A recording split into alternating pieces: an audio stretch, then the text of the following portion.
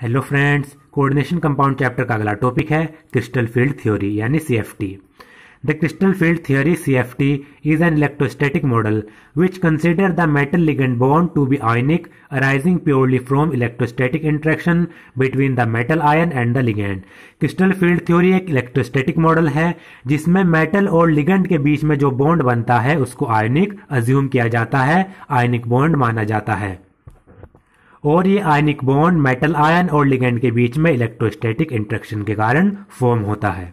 Ligands are treated as point charges in case of anions और dipole in case of neutral molecule.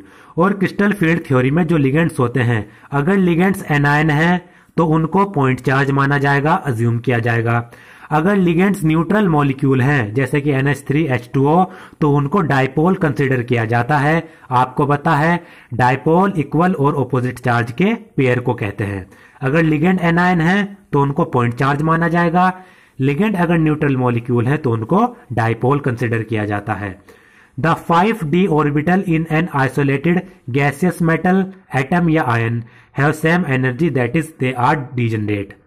तो किसी भी isolated metal atom या ion में जो 5d ऑर्बिटल्स होती हैं उनकी एनर्जी सेम रहती है, और जब इन 5d ऑर्बिटल्स की एनर्जी सेम रहेगी तो इनको डीजनरेट कहते हैं।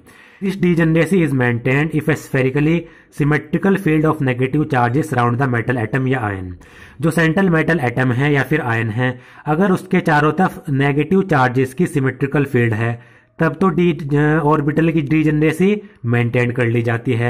However, when this negative field is due to ligand, either anion or the negative ends of dipolar molecule like NH3 and H2O in a complex, it become asymmetrical and the degeneracy of the d orbital is lifted। लेकिन क्या हो जब central metal atom से कोई ligand जुड़ा हुआ होता है, वो लिगेंड्स एनायन भी हो सकता है या फिर वो न्यूट्रल मॉलिक्यूल भी हो सकता है। अगर न्यूट्रल मॉलिक्यूल है, और न्यूट्रल मॉलिक्यूल को हम क्रिस्टल फील्ड थ्योरी में डायपोल की तरह ट्रीट करते हैं, तो सेंट्रल मेटल एटम से अगर डायपोल का नेगेटिव एंड जुड़ा हुआ है तो एटम के चारों तरफ जो फील्ड होती है वो असिमेट्रिकल हो जाती है, और डी ऑर्बिटल्स की जो डीजनरेसी है वो खत्म हो जाती है, लिफ्ट हो जाती है। कहने का मतलब है सेंट्रल मेटल एटम से अगर कोई लिगेंड जुड़ गया तो अब जितने भी डी ऑर्बिटल्स थे हमारे पास, 5d ऑर्बिटल्स थे, उनकी एनर्जी सभी की सेम नहीं रहेगी। वो किसी की ज्यादा एनर्जी हो जाएगी, किसी ऑर्बिटल की कम एनर्जी हो जाएगी। अब देखिए हमारे पास d ऑर्बिटल्स हैं, 5d ऑर्बिटल्स होते हैं, आपको पता है। और ये ऑर्बिटल होता है dxy, ये होता है dyz, और ये होता है dzx। एक orbital dx square minus Y square और ये dz स्क्वायर। ये हमारे पास 5 ऑर्बिटल होते हैं, dxy, dyz, dzx, dx square minus Y square और dz स्क्वायर। ये नाम याद रखने हैं आपको। अब क्या हो जब सेंट्रल मेटल एटम आइसोलेटेड होता है तो इन 5 ऑर्बिटल की जो एनर्जी होती है वो सभी की सेम होती है। लेकिन क्या हो अब सेंट्रल मेटल एटम से लिगेंड जुड़ जाए। जब सेंट्रल मेटल एटम से लिगेंड जुड़ जाता है तो ये जो d ऑर्बिटल है इनकी जो डीजनरेसी है, यानी जब इनकी सेम एनर्जी है तब हम इनको कहते हैं ये डीजनरेट है, यानी सेम एनर्जी है। अब सेंट्रल मेटल एटम से आकर लिगेंड जुड़ गया तो इन 5 ऑर्बिटल की एनर्जी डिफरेंट हो जाएगी, अलग अलग हो जाएगी। इसका मतलब क्या हुआ, डी ऑर्बिटल की जो डीजनरेसी थी वो खत्म हो गई, वो लिफ्ट हो गई। यही इसमें बताया गया है। The pattern of splitting depend upon the nature of the crystal field. अब क्या होगा, इनकी डीजनरेसी खत्म हो गई, एनर्जी इनकी खत्म हो गई, तो कुछ की एनर्जी ज्यादा हो जाएगी और कुछ की एनर्जी कम हो जाएगी। तो जो डी ऑर्बिटल है वो स्प्लिट हो जाएगा, बट जाएगा। और जो डी ऑर्बिटल है ये किस तरीके से स्प्लिट होता है ये क्रिस्टल फील्ड पर डिपेंड करता है। Let us explain this splitting in different crystal field. अब डी ऑर्बिटल की स्प्लिटिंग को हम अलग अलग क्रिस्टल फील्ड में एक्सप्लेन करेंगे। पहला है crystal field splitting in octahedral coordination entities. Octahedral coordination entities में ये डी ऑर्बिटल किस तरीके से स्प्लिट होते हैं उसका पैटर्न हमें पढ़ना है। In an octahedral coordination entity with 6 ligands, surrounding the metal atom या फिर ion, there will be repulsion between the electrons in metal D orbital and the electrons of the ligands.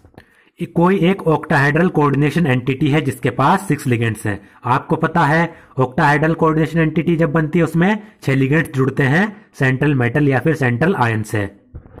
तो octahedral coordination entity में क्या होता है, जो central metal atom है उसके डी ऑर्बिटल्स में जो इलेक्ट्रॉन्स हैं, सेंट्रल मेटल एटम के डी ऑर्बिटल्स में जो इलेक्ट्रॉन्स हैं और लिगेंड्स के जो इलेक्ट्रॉन्स हैं या फिर लिगेंड का जो नेगेटिव चार्ज है उनके बीच में रिपल्शन होता है।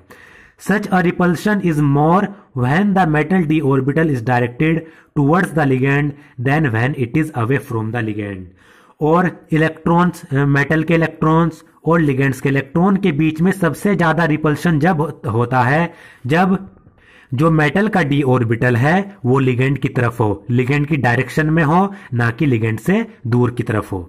Thus, the dx square minus y square and dz square orbital which point toward the axis along the direction of the ligand will experience more repulsion and will be raised in energy, and the dxy, dyz and dxz orbital which are directed between the axes will be lowered in energy relative to the average energy in the spherical crystal field। तो D orbitals के यानी D subshell के जो D X square minus Y square और D Z square orbitals हैं ये तो axis की तरफ होते हैं, एक्सिस के डायरेक्शन में होते हैं, तो ये सबसे ज्यादा रिपल्शन एक्सपीरियंस करते हैं और जितना ज्यादा रिपल्शन होगा उतनी ज्यादा एनर्जी होगी, तो इनकी एनर्जी बढ़ जाती है इन दोनों की, D X square minus Y square की और डी जेड स्क्वायर की। और जो D X Y, D Y Z और डी एक्स जेड ऑर्बिटल्स हैं ये 3 ऑर्बिटल्स ये एक्सिस के बीच में होते हैं, और जब ये एक्सिस के बीच में होते हैं तो इनमें इतना ज्यादा रिपल्शन नहीं होता, तो इनकी एनर्जी एवरेज एनर्जी से घट जाती है। अब ये कैसे होता है ये मैं आपको डायग्राम बनाकर समझा देता हूं, इंपॉर्टेंट पॉइंट है। अब आप यहां पर देख सकते हैं ये हमारा डी सब सेल है, डी सब सेल में 5 ऑर्बिटल होते हैं, 1 2 3 4 और 5 ऑर्बिटल। पहला ऑर्बिटल का नाम डी एक्स वाई, दूसरा D Y Z, D Z X, D X square minus Y square और डी जेड स्क्वायर, ये 5 ऑर्बिटल्स होते हैं। सबसे पहले बात करते हैं D Y Z, D X Y की, इसकी बात करते हैं।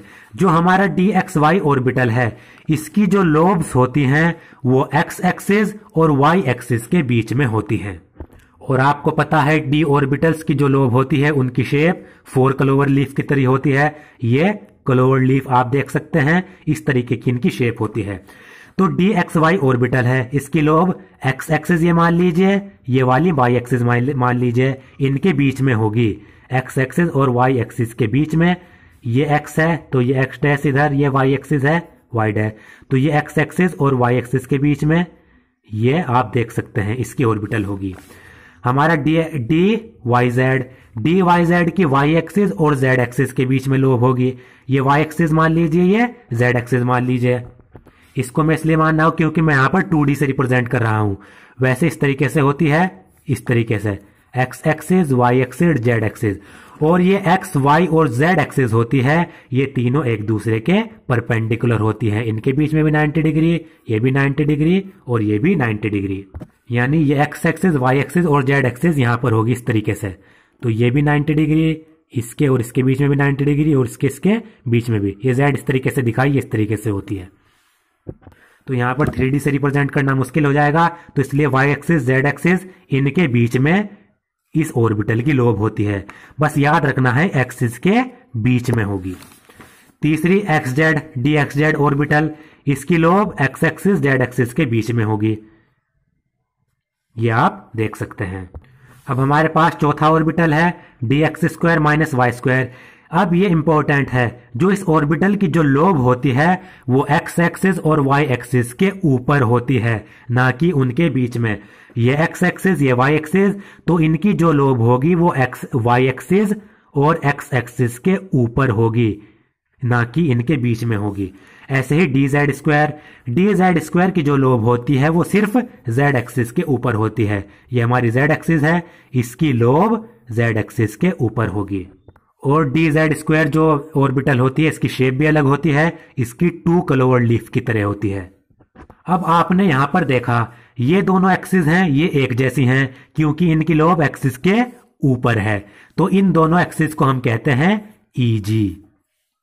इनका नाम है क्योंकि ये दोनों एक जैसी हैं। और ये हमारी ये 3 हैं, dxy, dyz, dzx, ये तीनों एक जैसी ऑर्बिटल हैं क्योंकि इनकी लोब एक्सिस के बीच में है, तो इन्हें कहते हैं T2G।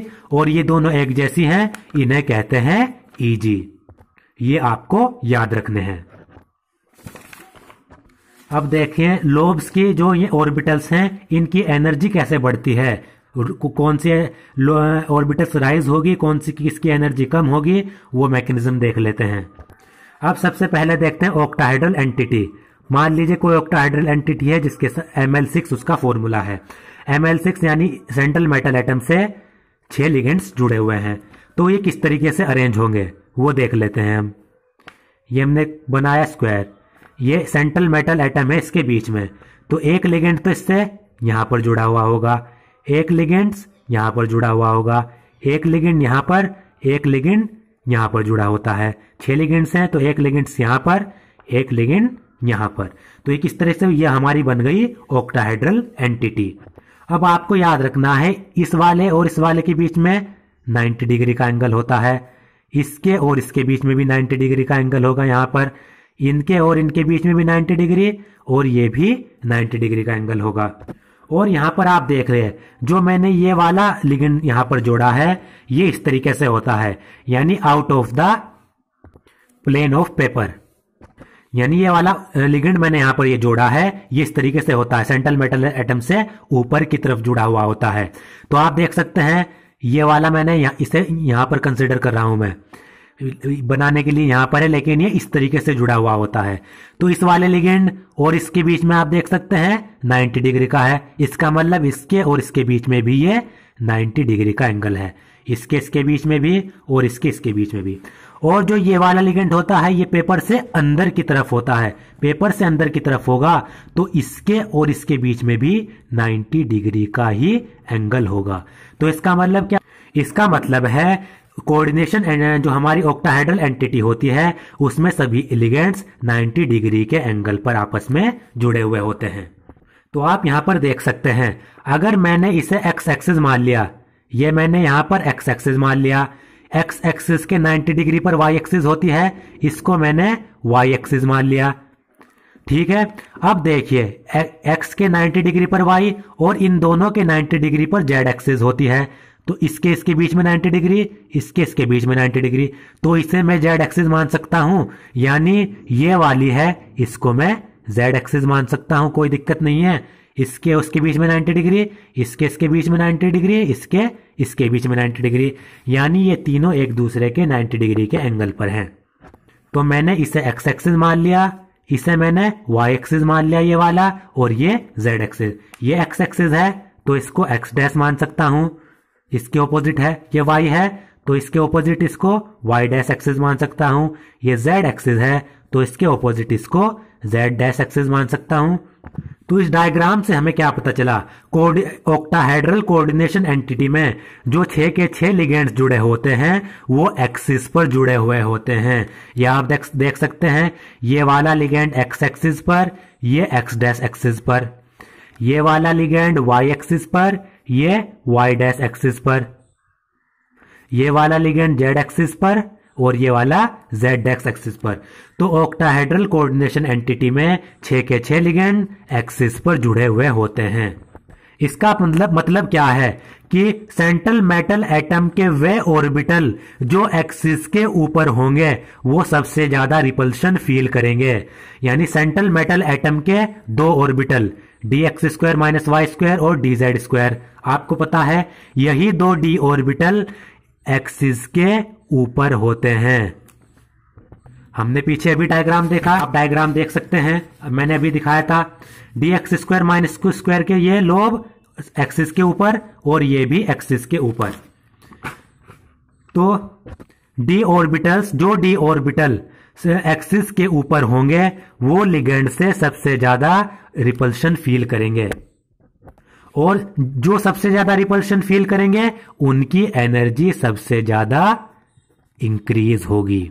और लिगेंड के वे ऑर्बिटल, सेंट्रल मेटल एटम के वे डी ऑर्बिटल जो एक्सिस के बीच में होंगे उनमें सबसे कम रिपल्शन होगा। सबसे कम रिपल्शन होगा यानी D X Y, D Y Z और डी जेड एक्स, इनमें सबसे कम रिपल्शन होगा तो इनकी एनर्जी घटेगी। एक बार फिर से देखिए, जो ऑक्टाहेड्रल कोऑर्डिनेशन एंटिटी है उसमें जो लिगेंड्स आ रहे हैं मेटल एटम की तरफ अप्रोच कर रहे हैं वो एक्सिस से होकर कर रहे हैं, एक्सिस के ऊपर से होकर कर रहे हैं।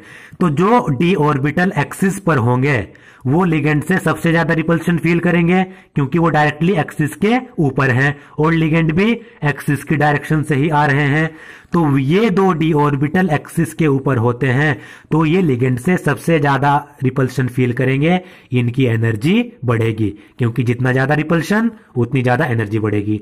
और जो डी ऑर्बिटल एक्सिस के बीच में होंगे वो रिपल्सन सबसे कम फील करेंगे क्योंकि ऑर्बिटल एक्सिस के बीच में है, लिगेंड एक्सिस से आ रहे हैं, रिपल्शन कम होगा। रिपल्शन कम होगा तो इनकी एनर्जी घटेगी, डिक्रीज होगी। तो हमें पता लग गया ऑक्टाहेड्रल में इन दो की एनर्जी बढ़ती है और इन तीन ऑर्बिटल की एनर्जी घटती है। और आपको पता है इन दोनों को हम क्या कहते हैं? इन दोनों को कहते हैं T2G। इन दोनों को कहते हैं हम, ये मैंने गलत बता दिया, इन दोनों को कहते हैं हम EG और इन तीनों को हम कहते हैं T2G। तो ऑक्टाहेड्रल में EG की एनर्जी बढ़ेगी, T2 की एनर्जी घटेगी। अब देखिए, जो हमारे पास 5 डी ऑर्बिटल हैं उनमें 2 की एनर्जी तो बढ़ गई, 3 की एनर्जी घट गई। इसका मतलब उनकी जो डीजेनरेसी थी वो भी खत्म हो गई। Thus the degeneracy of the d orbital has been removed due to ligand electron metal electron repulsion in the octahedral complex। तो octahedral complex में ligand के इलेक्ट्रॉन और मेटल के इलेक्ट्रॉन के रिपल्शन के कारण डी ऑर्बिटल की डीजेनरेसी खत्म हो गई।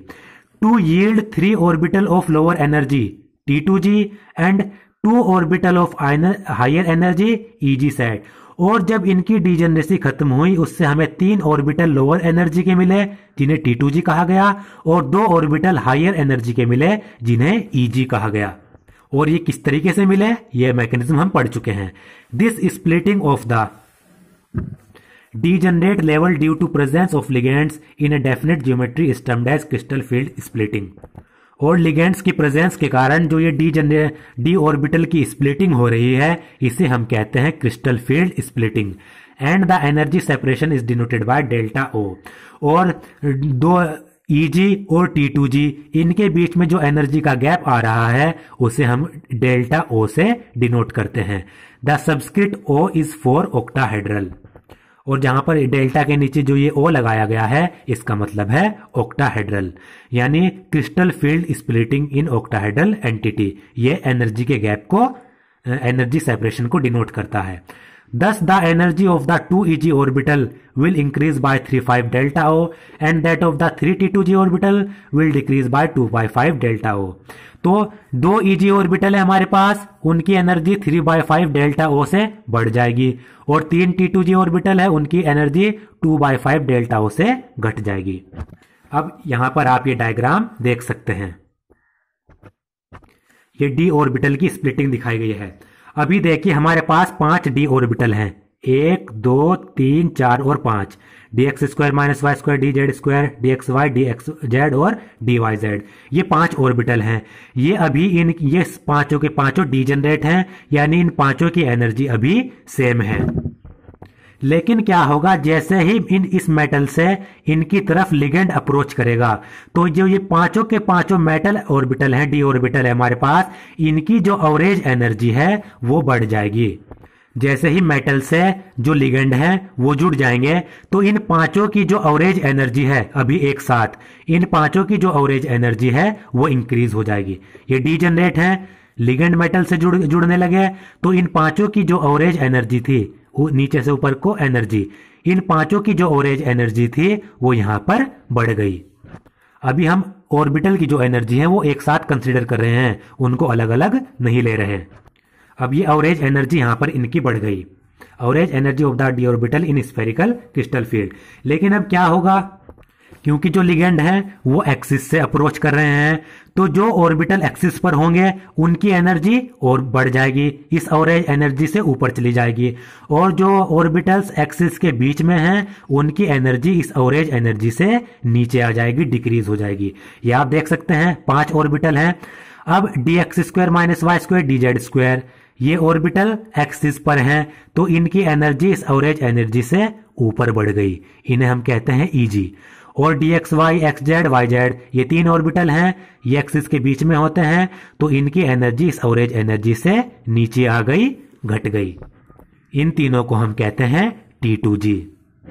और Eg और T2 के बीच में जो ये एनर्जी का गैप आ रहा है इसे कहते हैं delta O, crystal field splitting energy, delta OA। और Eg और T2 के बीच में यहां पर ये बैरी सेंटर होता है।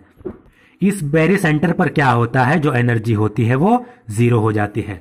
अगर हमें Eg ऑर्बिटल की निकालनी है कि इनकी एनर्जी कितनी बढ़ी, तो उसके लिए हम लगाते हैं 3/5 डेल्टा O। और हमें T2g की एनर्जी कितनी घटी, उसके लिए हम लगाते हैं 2/5 डेल्टा O। अब बैरी सेंटर पर एनर्जी 0 कैसे आती है ये देख लेते हैं। आप देखिए 3/5 डेल्टा O, एनर्जी प्लस की है, एनर्जी बढ़ी है तो प्लस के लेंगे। और कितने ऑर्बिटल ऊपर गए हैं, 2 ऑर्बिटल ऊपर गए हैं तो इसको 2 से मल्टीप्लाई कर देंगे, माइनस। अब माइनस क्यों लगाया, इसको प्लस लगा देते हैं, प्लस। अब देखिए ये T2g है, इनकी जो एनर्जी है वो घटी है तो इनकी एनर्जी हम माइनस में लेंगे, क्योंकि एनर्जी इनकी घटी है तो इनकी एनर्जी को माइनस में लिया गया, माइनस 2/5 डेल्टा O, क्योंकि एनर्जी डिक्रीज हुई तो माइनस के लिया। कितने ऑर्बिटल की एनर्जी घटी, 1 2 3, तो 3 से इसको मल्टीप्लाई कर देंगे। अब देखिए यहां पर 3 2 जा 6, 6/5 डेल्टा O प्लस के 2 3 जा 6 माइनस के 6/5 डेल्टा O, प्लस माइनस गया तो कितना आ गया, 0। तो बैरी सेंटर पर एनर्जी 0 होती है, क्योंकि Eg थी 3/5 डेल्टा O, 2 ऑर्बिटल ऊपर गए तो 2 से मल्टीप्लाई कर दिया। इसी तरीके से माइनस में लिया क्योंकि एनर्जी यहां पर घट रही है तो 3 से मल्टीप्लाई गया, क्योंकि 3 ऑर्बिटल नीचे गए हैं। अब आपने देखा Eg की एनर्जी कैसे बढ़ी, T2 की एनर्जी कैसे घटी, तो ये इसका मतलब क्या होगा, ये डिजनरेसी डी ऑर्बिटल्स की खत्म हो गई। The crystal field splitting, delta O depend upon the field produced by the ligand and the charge on the metal ion. अब जो ये क्रिस्टल फील्ड स्प्लिटिंग है, यानी ये जो डेल्टा O है, यानी जो ये एनर्जी का सेपरेशन है, ये डिपेंड करता है जो लिगेंड फील्ड प्रोड्यूस करेगा उस पर, और जो सेंट्रल मेटल आयन के ऊपर जो चार्ज होगा उस पर डिपेंड करेगा। Some ligands are able to produce strong field, in which case the splitting will be large,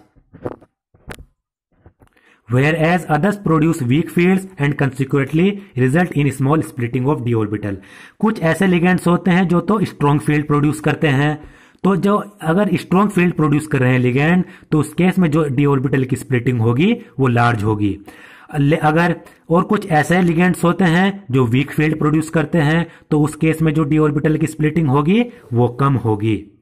अब आपको ये याद रखना है Eg और ये T2g। अगर सेंट्रल मेटल एटम से स्ट्रॉन्ग लिगेंड जुड़ा हुआ है, जैसे कि CnCO सेंट्रल मेटल एटम से स्ट्रॉन्ग लिगेंड जुड़ा हुआ है, तो Eg और T2 के बीच में जो सेपरेशन होगा डेल्टा O, वो बहुत ज्यादा लार्ज होगा। यह आपको याद रखना है। अगर सेंट्रल मेटल एटम से वीक फील्ड लिगेंड जुड़ा हुआ है, जैसे कि I negative Br negative week ligand जुड़ा हुआ है, तो Eg और T2 के बीच में जो ये सेपरेशन होगा एनर्जी का डेल्टा O, ये स्मॉल होगा। तो ये किस पर डिपेंड करता है, ये लिगेंड पर डिपेंड करता है। लिगेंड स्ट्रॉन्ग है, एनर्जी सेपरेशन डेल्टा O यानी क्रिस्टल फील्ड स्प्लिटिंग ज्यादा होगी, और लिगेंड वीक है तो crystal field splitting delta O small होगा। ये इंपॉर्टेंट है, इसके ऊपर भी इलेक्ट्रॉन की पेयरिंग डिपेंड करती है, आगे पढ़ेंगे। In general ligands can be arrange in a series in the order of increasing field strength as given below. और जनरली जो लिगेंड्स हैं उनको इस सीरीज में अरेंज किया गया है इनके इंक्रीजिंग फील्ड स्ट्रेंथ के आधार पर। देखिए I नेगेटिव ये सबसे वीक लिगेंड होता है, इससे ज्यादा थोड़ा Br नेगेटिव, फिर HCl नेगेटिव, इस तरीके से ये इनकी सीरीज दी गई है। इसमें जो CO होता है ये सबसे स्ट्रॉन्ग लिगेंड होता है, तो ये एनर्जी का सेपरेशन भी Eg और T2 के बीच में सबसे ज्यादा करेगा। I नेगेटिव सबसे वीक लिगेंड है, तो ये Eg और T2 के G के बीच में एनर्जी का सेपरेशन यानी क्रिस्टल फील्ड स्प्लिटिंग सबसे कम करेगा।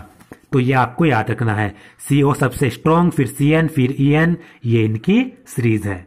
ए series is termed as spectrochemical series. इस सीरीज को हम स्पेक्ट्रोकेमिकल सीरीज के नाम से जानते हैं। ये आप स्ट्रॉन्ग और वीक फील्ड लिगेंड्स देख रहे होंगे। It is an experimentally determined series based on the absorption of light by complexes with different ligands. ये एक्सपेरिमेंटली डिटरमाइंड सीरीज है, यानी एक्सपेरिमेंट्स करके ये सीरीज को डिटरमाइन किया गया है, और ये लाइट के एब्जॉर्प्शन पर डिपेंड करती है, यानी अलग अलग लिगेंड्स के जो कॉम्प्लेक्सेस हैं वो लाइट को अब्जॉर्ब करेंगे, उसके आधार पर यह सीरीज बनाई गई है। Let us assign electrons in the d orbital of metal ion in octahedral coordination entities। अब हमारे पास ऑक्टाहेड्रल कोऑर्डिनेशन एंटिटी का जो सेंट्रल मेटल एटम है उसके डी ऑर्बिटल पर हम इलेक्ट्रॉन कैसे फिल करेंगे डी ऑर्बिटल में, ये तरीका भी हम इसमें सीखेंगे। Obviously the single D electron occupies one of the lower energy T2G orbitals. अब यहां पर आप ये देख सकते हैं, ये हमारे पास 5 ऑर्बिटल हैं, ये DXY, DXZ, ये DYZ और ये DXZ। ये है हमारे पास, इसे यहां लिख लेता हूं DX² माइनस Y² और ये वाली DZ²। अगर हमारे पास सेंट्रल मेटल एटम की जो d ऑर्बिटल है सिर्फ उसमें एक ही इलेक्ट्रॉन है, सिंगल इलेक्ट्रॉन है, तो आपको पता है अफबाउ रूल के अनुसार सिंगल इलेक्ट्रॉन किस में फिल होगा, जिस ऑर्बिटल की एनर्जी सबसे कम होगी। अब यहां पर DXY ऑर्बिटल की एनर्जी सबसे कम है, इन तीनों की एनर्जी कम है, इन दोनों की यानी DX² माइनस Y² और DZ², इन ऑर्बिटल की जो एनर्जी है हमारे पास ज्यादा है। हमारे पास सिंगल इलेक्ट्रॉन है, तो सिंगल इलेक्ट्रॉन कम एनर्जी वाले ऑर्बिटल में फिल होगा, यानी इस ऑर्बिटल में फिल हो जाएगा। Obviously the single D electron occupies one of the lower energy यानी T2G ऑर्बिटल। सिंगल इलेक्ट्रॉन एक T2G ऑर्बिटल में ऑक्यूपाई हो जाएगा। इन D2 and D3 coordination entities, the d electron occupy the T2G orbital singly in accordance with the Hund's rule। और हमें पता है अगर हमारे पास d ऑर्बिटल में 2 इलेक्ट्रॉन हो या फिर 3 इलेक्ट्रॉन हो, तो उनमें जो d इलेक्ट्रॉन्स हैं वो T2G ऑर्बिटल को ऑक्यूपाई कर लेंगे हुंड रूल के अनुसार। यानी एक इलेक्ट्रॉन है T2G में आएगा, दूसरा इलेक्ट्रॉन इसमें फिल होगा, क्योंकि हुंड रूल के अनुसार हम क्या करते हैं, सभी ऑर्बिटल में पहले एक एक इलेक्ट्रॉन फिल करते हैं। अगर हमारे पास 5 से ज्यादा हो तब जाकर छठा जो इलेक्ट्रॉन है वो यहां पर पेयर के रूप में फिल करेंगे। तो हमारे पास d ऑर्बिटल में यानी d सब शेल में 2 इलेक्ट्रॉन है, तो एक इसमें फिल कर देंगे और एक इसमें फिल कर देंगे। ये तीनों हमारे पास T2G ऑर्बिटल्स हैं, यानी इन तीनों एनर्जी की ऑर्बिटल हैं वो कम है। अगर d में 3 इलेक्ट्रॉन है तो 1, 2, तीसरा इसमें फिल कर देंगे, वो भी T2G में, एनर्जी कम है इसकी। ये तो बात हुई अगर d ऑर्बिटल में 3 इलेक्ट्रॉन तक हो, यानी सिर्फ या तो 1 इलेक्ट्रॉन हो या 2 हो या 3 हो। अगर इलेक्ट्रॉन 4 हो जाएं तब कि कैसे फिल करेंगे ये देखते हैं, ये इंपॉर्टेंट है। 4d4 ions 2 possible pattern of electron distribution arise. अगर हमारे पास d में 4 आयंस हैं, 4 इलेक्ट्रॉन्स हैं, तो उसको फिल करने के तरीके 2 हैं। पहला तरीका, the 4th electron could either enter the T2G level and pair with an existing electron.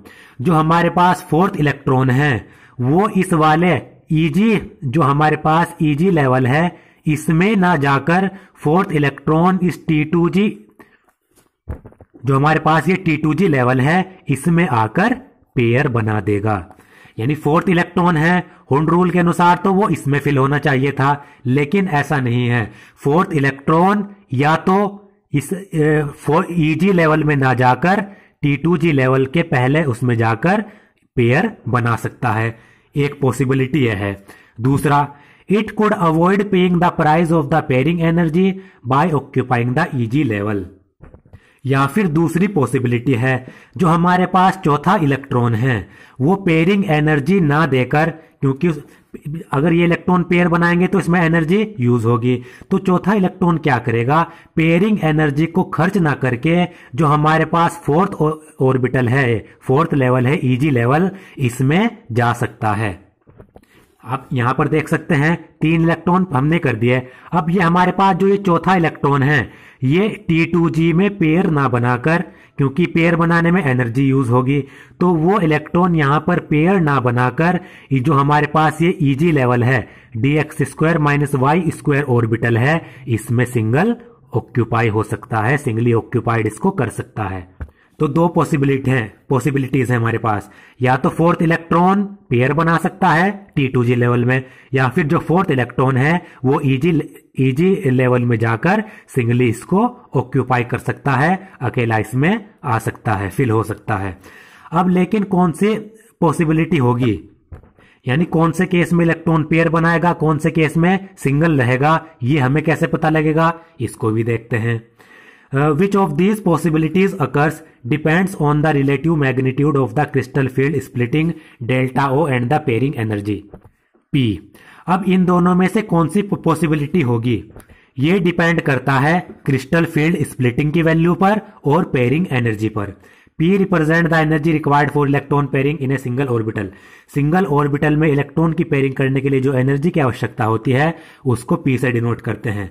तो 2 ऑप्शन है। पहला option, if delta O less than P, the fourth electron enter one of the EG orbital, giving the configuration T2G, 3 electron, EG में 1 electron. Ligands for which delta O less than P are known as weak field ligand and form high spin complexes। तो सबसे पहले बात करते हैं week ligands की। अगर हमारे पास सेंट्रल एटम से वीक लिगेंड जुड़ा हुआ है, तब आपको पता है वीक लिगेंड के केस में क्या होता है, जो एनर्जी का जो एक गैप होता है, यानी जो डेल्टा ओ होता है, वो बहुत ही ज्यादा स्मॉल होता है। और वीक लिगेंड के केस में जो पेयरिंग एनर्जी होती है वो डेल्टा ओ यानी क्रिस्टल फील्ड स्प्लिटिंग एनर्जी से ज्यादा होती है। ये आपको याद रखना है, केस मोस्ट इंपॉर्टेंट है। जो वीक लिगेंड है हमारे पास, उसमें जो डेल्टा ओ होगी वो पेयरिंग एनर्जी से कम होगा। ये आप यहां पर देख सकते हैं, ये 1 इलेक्ट्रॉन, 2 इलेक्ट्रॉन और 3 इलेक्ट्रॉन। हमारे पास चौथा इलेक्ट्रॉन है, तो चौथा इलेक्ट्रॉन के पास 2 ऑप्शन है, या तो वो ईजी में चला जाए या फिर यहां पर वो पेयर बना ले। लेकिन हमारे पास वीक लिगेंड है, वीक लिगेंड के केस में डेल्टा ओ कम होता है पेयरिंग एनर्जी से। तो इलेक्ट्रॉन क्या सोचेगा, ये इलेक्ट्रॉन सोचेगा कि यहां पर तो पेयर बनाने में से बहुत ज्यादा एनर्जी खर्च करनी पड़ रही है, लेकिन T2G से ईजी जाने में उतनी ज्यादा एनर्जी खर्च नहीं करनी पड़ रही। तो इलेक्ट्रॉन क्या करेगा, वीक फील्ड लिगेंड का T2G से ईजी में चला जाएगा, वो पेयर नहीं बनाएगा। तो इस केस में क्या होगा, वीक लिगेंड के केस में फोर्थ इलेक्ट्रॉन ईजी ऑर्बिटल में जाकर फिल हो जाएगा, ना कि वो पेयर बनाएगा। यह है वीक लिगेंड का केस। और जिससे हमें क्या कॉन्फ़िगरेशन मिलेगा, T2G3, यानी T2G में 1, 2, 3 इलेक्ट्रॉन और ईजी में चौथा इलेक्ट्रॉन, ये ईजी में चौथा इलेक्ट्रॉन। अब बात करते हैं second, if delta O greater than P, it becomes more energetically favorable for the fourth electron to occupy a T2G orbital with configuration T2G4 EG0. Ligands which produce this effect are known as strong field ligand। अगर हमारे पास central metal atom से strong field ligand जुड़ा हुआ है, CN, CO, EN ये जुड़े हुए हैं, तो आपको पता है स्ट्रॉन्ग फील्ड लिगेंड के केस में जो डेल्टा O होता है, क्रिस्टल फील्ड स्प्लिटिंग होता है, वो लार्ज होता है। तो यहां पर क्या होगा, स्ट्रॉन्ग फील्ड लिगेंड के केस में डेल्टा ओ पेयरिंग एनर्जी से ज्यादा होगा। यह है स्ट्रॉन्ग लिगेंड का केस। 1, 2, 3। अब यहां पर भी चौथे इलेक्ट्रॉन के पास 2 केस है, या तो वो पेयर बना ले या ईजी में चला जाए। लेकिन आप देखते हैं यहां पर डेल्टा ओ ईजी से पेयरिंग एनर्जी से ज्यादा है। तो ये स्ट्रॉन्ग फील्ड लिगेंड का इलेक्ट्रॉन क्या सोचेगा, पेयर बनाने में कम एनर्जी यूज हो रही है, डेल्टा ओ को लांघने में, यहां से यहां पर जाने में ज्यादा एनर्जी यूज हो रही है, तो यहां पर उसे आसान क्या लगेगा, पेयर बनाना। तो स्ट्रॉन्ग के केस में जो ये इलेक्ट्रॉन है ये इसमें ना जाकर यहां पर पेयर बना लेगा। तो हमारे पास कॉन्फ़िगरेशन क्या आएगी, T2G में 4 इलेक्ट्रॉन, 1 2 3 4, ये दोनों Eg हैं, इसमें 0 इलेक्ट्रॉन्स। इस तरीके से ये होता है। Calculation so that D4 to D7 coordination entities are more stable for strong field as compare to weak field cases. और कैलकुलेशन से पता चलता है कि D4 से जो D7 कोऑर्डिनेशन एंटिटीज हैं वो स्ट्रॉन्ग लिगेंड में ज्यादा स्टेबल होती है वीक लिगेंड के मुकाबले। अब हम पढ़ेंगे crystal field splitting in tetrahedral coordination entities. तो इसमें आप यहां पर ये देख सकते हैं, ये मैंने एक टेट्राहेड्रल शेप बना रखी है। ये सेंट्रल मेटल से टेट्राहेड्रल में 4 लिगेंड जुड़े हुए हैं। तो आपको पता है इस लिगेंड और इस लिगेंड के बीच में जो एंगल होता है वो 109.5 डिग्री का होता है। यहां पर भी इतना ही एंगल होगा, यहां पर भी और यहां पर भी। अब इनके बीच में 90 डिग्री का एंगल तो है नहीं, तो ये लिगेंड आप देख सकते हैं ये लिगेंड एक्सिस पर नहीं होंगे। अगर मैं यहां पर एक्सिस बनाऊं, ये मैंने मान लीजिए वाई एक्सिस बना दी, ये मैंने यहां पर एक्स एक्सिस बना दी, इन दोनों के बीच में 90 डिग्री का एंगल, और यहां पर मैंने ये जेड एक्सिस बना दी। तो आप देख सकते हैं जो टेट्राहेड्रल है उसमें जो लिगेंड्स हैं सेंट्रल मेटल एटम से जो जुड़े हुए हैं वो एक्सिस के बीच में से जुड़े हुए हैं। यानी तो टेट्राहेड्रल के केस में जो लिगेंड मेटल एटम को अप्रोच करेंगे वो एक्सिस के बीच में से करेंगे, ना कि एक्सिस के ऊपर से। तो जब लिगेंड्स मेटल को एक्सिस के बीच में से अप्रोच कर रहे हैं तो डी ऑर्बिटल जो एक्सिस के बीच में होंगे उनकी एनर्जी बढ़ेगी, और जो डी ऑर्बिटल एक्सिस के ऊपर होंगे उनकी एनर्जी घटेगी। तो D X Y, D X Z और डी वाई जेड, ये 3 ऑर्बिटल हमारे पास एक्सिस के बीच में होते हैं, बिटवीन एक्सिस। तो लिगेंड भी आप देख सकते हैं एक्सिस के इस और इस एक्सिस के बीच में से अप्रोच कर रहा है। इसका मतलब क्या है, जब लिगेंड एक्सिस के बीच में से अप्रोच कर रहा है तो जो ऑर्बिटल एक्सिस के बीच में है उनकी एनर्जी इंक्रीज हो जाएगी, और जो ऑर्बिटल एक्सिस पर हैं, एक्सिस के ऊपर हैं, D X square minus Y square और डी जेड स्क्वायर, इनकी एनर्जी डिक्रीज हो जाएगी। इसमें बिल्कुल उल्टा है ऑक्टाहेड्रल का। यहां देख सकते हैं ये हमारे पास डी ऑर्बिटल है फ्री आयंस के, यानी अभी ये डिजनरेट हैं। फिर क्या हुआ, मेटल को लिगेंड ने अप्रोच किया, जैसे ही मेटल से लिगेंड जुड़े इनकी जो एवरेज एनर्जी थी डी ऑर्बिटल्स की वो बढ़ गई। अब जो लिगेंड्स हैं वो एक्सिस के बीच में से अप्रोच कर रहे हैं, तो 3 ऑर्बिटल हमारे पास D X Y, D Y Z, D X Z, ये ऑर्बिटल के बीच में होते हैं। तो लिगेंड्स और जो ये ऑर्बिटल है हमारे एक्सिस के बीच में, इनके बीच में सबसे ज्यादा रिपल्सन होगा। लिगेंड्स और इन ऑर्बिटल के बीच में सबसे ज्यादा रिपल्शन होगा, सबसे ज्यादा रिपल्शन होगा तो इनकी एनर्जी बढ़ जाएगी। इस एवरेज एनर्जी से इनकी एनर्जी ऊपर चली गई। हमारे पास 2 ऑर्बिटल एक्सिस पर हैं, X square minus Y square और डी जेड स्क्वायर, ये एक्सिस के ऊपर होते हैं। तो लिगेंड्स और इनके बीच में रिपल्शन कम होगा तो इनकी एनर्जी घट जाएगी। कितनी घटेगी, और यहां पर जो क्रिस्टल फील्ड स्प्लिटिंग है, एनर्जी का जो गैप है उसको डेल्टा टी से यहां पर हम डिनोट कर रहे हैं। तो इन तीनों ऑर्बिटल की एनर्जी 2π5 डेल्टा टी के उससे बढ़ जाएगी, और इन दोनों की जो एनर्जी है वो 3/5 डेल्टा टी के उससे फैक्टर से घट जाएगी। यहां पर ये बेरी सेंटर है, बेरी सेंटर का मतलब यहां पर डेल्टा टी 0 है। अब देखिए 2/5 डेल्टा टी, और ऊपर कितने गए ऑर्बिटल, 1 2 3 इंटू 3, माइनस क्यों लगाया, क्योंकि इनकी घट रही है। तो माइनस की 3/5, ये एनर्जी घट रही है तो माइनस का लगा दिया साइन। ऑर्बिटल कितने नीचे गए, 2 गए, तो 2 3 जा 6/5, 3 2 जा माइनस के 6/5 डेल्टा टी, प्लस के 6/5 डेल्टा टी, माइनस के 6/5 डेल्टा टी, कितना आ गया, 0 आ गया। तो बेरी सेंटर पर एनर्जी 0, यानी बेरी सेंटर पर जो डेल्टा लेते हैं उसको 0 लेते हैं। तो इस तरीके से इसमें स्प्लिटिंग होती है। In tetrahedral coordination entities the D orbital splitting is inverted and smaller as compare to the octahedral field splitting. और टेट्राहेड्रल कोऑर्डिनेशन एंटिटी में जो डी ऑर्बिटल की स्प्लिटिंग होती है वो उल्टी होती है, क्योंकि यहां पर एक्स वाई, वाई जेड और जेड एक्स ऊपर जा रहे हैं और ये नीचे जा रहे हैं। ऑक्टाहेड्रल में इसका उल्टा था। और इसमें इंपॉर्टेंट पॉइंट है, ये आपको याद रखना है, टेट्राहेड्रल में जो ये स्प्लिटिंग हो रही है ये ऑक्टाहेड्रल के मुकाबले कम होती है। यानी ऑक्टाहेड्रल में डेल्टा ओ ज्यादा होगा, टेट्राहेड्रल में ये स्प्लिटिंग डेल्टा टी कम होगा। ये पॉइंट आपको याद रखना है। For the same metal the same ligand and metal ligand distance it can be shown that delta T is equal to 4/9 delta O. अगर हमारे पास मेटल सेम है, लिगेंड सेम है और मेटल और लिगेंड के बीच में डिस्टेंस भी सेम है, तो इन डेल्टा ओ और डेल्टा टी के बीच में ये रिलेशन होता है। डेल्टा टी यानी crystal field splitting in tetrahedral is equal to 4/9 delta O. ये मोस्ट इंपॉर्टेंट रिलेशन है, याद रखना है। डेल्टा ओ 4/9 डेल्टा ओ के बराबर होता है। Consequently, the orbital splitting energies are not sufficiently large for forcing pairing and therefore low spin configuration are rarely observed. और टेट्राहेड्रल एंटिटी में क्या होता है, जो ऑर्बिटल स्प्लिटिंग एनर्जी होती है वो इतनी लार्ज नहीं होती कि वो इलेक्ट्रॉन की पेयरिंग करा सके। यानी ये डी ऑर्बिटल्स हैं, ये हमारे पास 1 2 3। तो टेट्राहेड्रल के केस में क्या होता है, जो हमारे पास चौथा इलेक्ट्रॉन है उसके पास इतनी एनर्जी होती ही नहीं कि वो इसके साथ जाकर पेयर बना सके।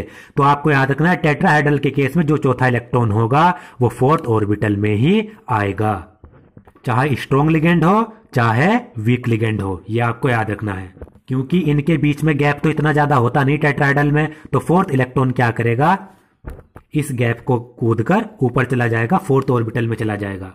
तो टेट्राहेड्रल के केस में पेयरिंग नहीं होगी तो हमें लो स्पिन कॉन्फ़िगरेशन नहीं मिलेंगे, यानी इनर ऑर्बिटल कॉम्प्लेक्स नहीं मिलेंगे।